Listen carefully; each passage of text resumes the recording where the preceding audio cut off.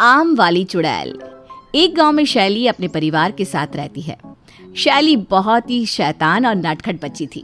वो आए दिन अपने दोस्तों के साथ मिलकर कुछ न कुछ शैतानी करती रहती थी। एक रात उसके घर की फोन की घंटी बजती है। हेलो, कौन है? किससे बात करनी है? कौन है सोना, इतनी रात को किसने फ़ोन किया है? क्या पता जी, कोई कुछ बोल ही नहीं रहा। कुछ देर इंतजार करने के बाद सोना फोन काट देती है। फिर तीनों खाने पर बैठ जाते हैं। पर जैसे ही सोना पहला निवाला मुंह में लेती है, फिर से फोन की घंटी बज उठती है। कौन नाश पीटा है, चैन से खाने भी नहीं दे रहा। तुम बैठो मम्मी, मैं देखती हूँ। शैली जाकर फोन उठाती है। हेलो, कौन? अरे यार शैली, भूल गई क्या? आज रात ठीक 2 बजे राजू चाचा के आम के खेत में जाना है। कौन है फ़ोन पर बेटा? अब पता नहीं पापा, शायद रॉन्ग नंबर है। ये फिर से तेरी कोई नई शैतानी तो नहीं है ना? नहीं नहीं, बिल्कुल भी नहीं पापा। शैली वापस आकर खाने पर बैठ जाती है। सभी खाना खाकर सोने को चले जाते हैं। 2 बजे शैली उठकर अपने घर के बाहर जाती है, जहां उसके दोस्त गोगी, बिल्लू और प्राची उसका इंतजार कर रहे थे। अच्छा हुआ तू आ गई, मुझे तो लगा था आज इस प्लान को कैंसिल ही करना पड़ जाएगा। अरे भाई, मैं तो अभी भी यही कह रहा हूँ कि प्लान को कैंसिल कर दो, क्योंकि वो खेत भूतिया है। अरे ऐसा कुछ नहीं है, अपने खेत को बचाने के लिए राजू चाचा ने ही ये झूठी अफवाह फैलाई होगी। वैसे भी वो कितने कंजूस है, ये तो सभी को पता है। तो वो अचानक गायब कहाँ हो गए बताओ? अरे वहीं होंगे अपने घर पर। सारी बातें यहीं कर लेनी है या खेत पर भी जाना है? अभी से ही मेरे मुंह में पानी आ रहा है। कितने मीठे रसीले आम होंगे। चारों बच्चे राजू चाचा के खेत की ओर निकल पड़ते हैं। अगर प्लान बनाना ही था तो थोड़ा पास का बना लेते। अब मेरा पैर मेरे वजन को सह नहीं पा रहा। मुझे तो खाने की जरूरत है तुरंत ही। हे भगवान, इस भुक्खड़ का क्या करे? तभी वहां से एक रिक्शा गुजरती है। रिक्शा वाले का चेहरा पूरी तरह से ढका हुआ होता है। चलो बच्चों, तुम्हें तुम्हारी आखिरी सवारी करवा दूं। आखिरी क्यों? अरे वो मजाक कर रहे हैं। इतनी रात को रिक्शा मिल गया, ये क्या कम है? राजू भैया के घर जाना है ना? पर आपको कैसे पता? क्योंकि मैं भी वहीं जा रहा हूँ। रिक्शा वाला चारों बच्चों को राजू के खेत के बाहर उतार देता है। खेत के बाहर लोहे के दरवाजे पर ताला लगा हुआ होता है।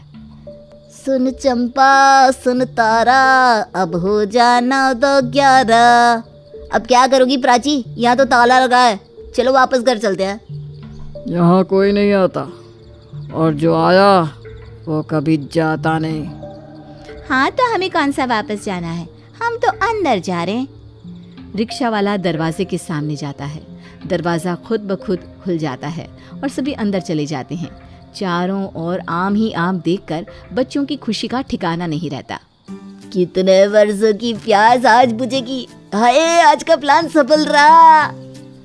राजू के खेत में अलग अलग तरह के आमों के पेड़ थे।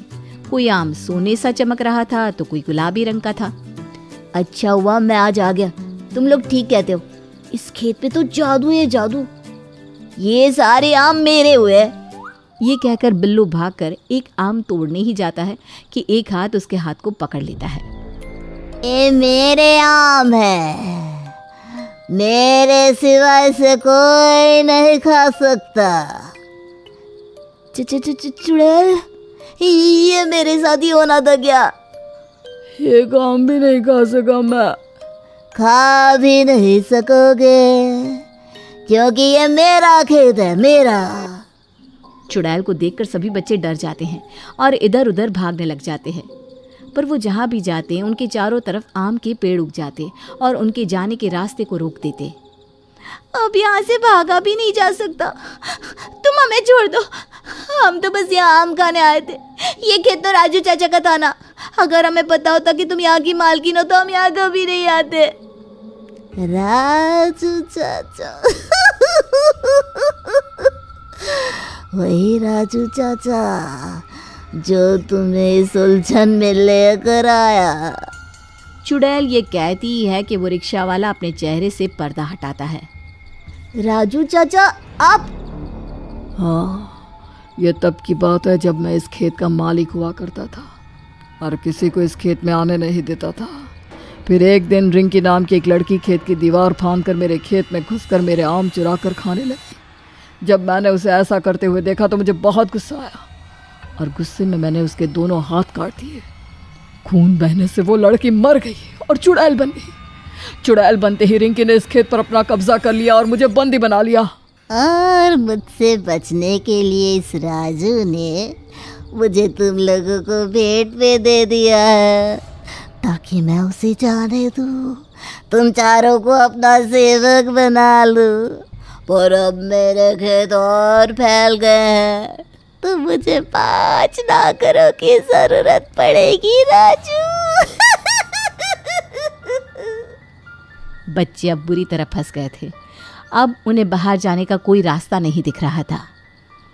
मैं पेड़ पर आराम करने जा रही हूँ, चलो तुम लोग मेरे खेत की साफ सफाई करो। ये कहकर चुड़ैल सोने चली जाती है। काम कर कर के सभी बच्चे थक जाते हैं। यहाँ तो 1 मिनट में 10 घंटों के बराबर लग रहा है, अब मैं क्या करूँ? भूख से तड़पता गोगी अपने दिमाग को चलाता है और चुड़ैल के पेड़ के नीचे जाकर कहता है, पता है शैली, यहाँ के आमों में वो दम नहीं जो मेरे आम के खेत में है। ये सुनकर चुड़ैल पेड़ से नीचे उतर कर आती है। कैसे आम है तुम्हारे पास गोगी? वो तो मेरा पेट देख कर ही तुम्हें समझ जाना चाहिए था, पर छोड़ो उस बात को।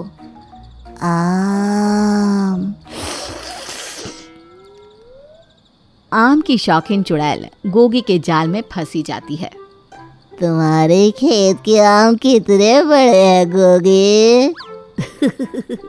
बस मेरे मोटे पेट जितने। मुझे भी चखाओ ना वो आम। ठीक है, पर उसके लिए मुझे बाहर जाकर उस आम को यहाँ लाना होगा, पर अकेले उसे लाना तो संभव नहीं है। 4 लोगों की ज़रूरत तो पड़ेगी। ठीक है, पर राजू यहीं रहेगा, तुम लोग जाओ और आम लेकर आओ।